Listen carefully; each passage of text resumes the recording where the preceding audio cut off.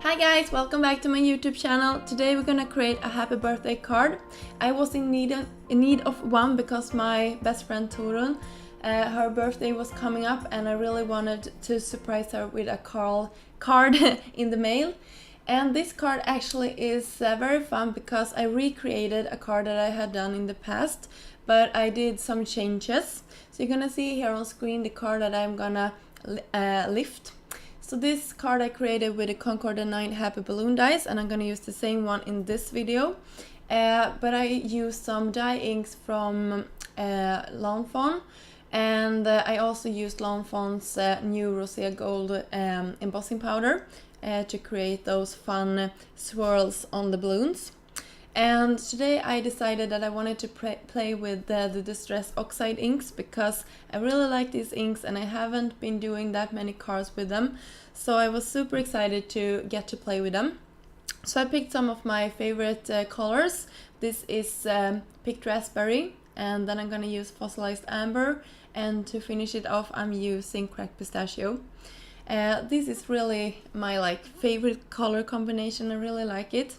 And in the previous card I didn't do them in like a rainbow order. I switched them out. It doesn't matter which way you do it, but this time I had thought about it and I wanted to do them in sort of a rainbow order here. So I'm going from pink to yellow to the green toned here in the cracked pistachio.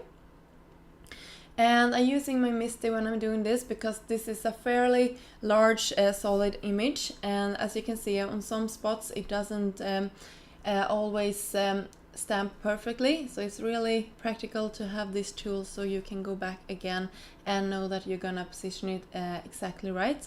So you can see that I started out and took my Versamark ink and inked that swirls up, and now I'm gonna coat this with some white embossing powder instead.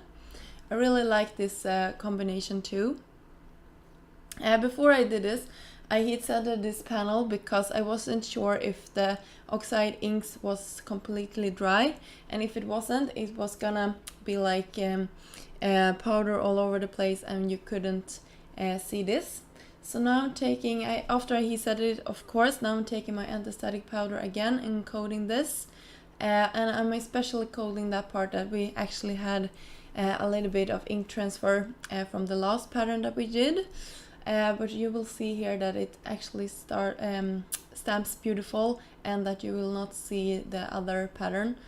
So now we're stamping this and we're gonna coat this again with some white embossing powder.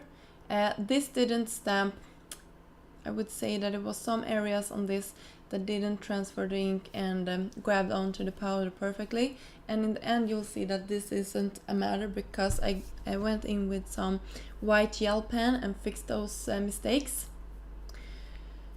So now I'm taking the last one of these and doing the same thing, inking it up with some Versamark, pressing it down. You can see here that I shifted my pen a little bit so it wasn't perfectly stamped.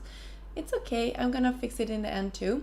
Just brushing off some of the powder that got onto areas that I didn't want it to.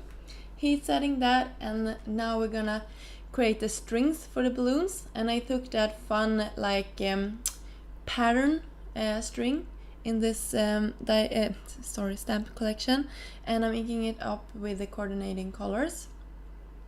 Now I'm taking a rectangular stitched inside out rectangle. I don't know what it's called. I will link it down below for you, or you can ask me, to create a little fun stitched border around the card. I really like that. And now I'm taking one of my favorite stamps and dies that I have. It's from Hero Arts, and I have been using this in so many projects. I really like the font of that happy. And I'm taking some glue just to press it just to keep it in place, and some droplets from Pretty Pink Pars in the clear. I took this is 5.5 by 4.25 inch top folded note card in gray, and I adhere that flat down. I adhere my panel flat down onto the card base, And here you can see the two products side by side. On this one, the first one that I did, I actually used the same mint ink to create that border. And I decided that I wasn't finished there, so I took the same colors and inked that Celebrate balloon up again in the coordinating colors on the inside, and that finished my card. If you like this project, please give me a thumb up and subscribe to my channel if you haven't done so. You can see my face popping up here, and you can click that if you haven't subscribed yet. You can also follow me on Instagram and my blog. I also have an account on Etsy if you are looking to buy some cards from me. So until next time, I hope you have a fabulous day. Bye guys!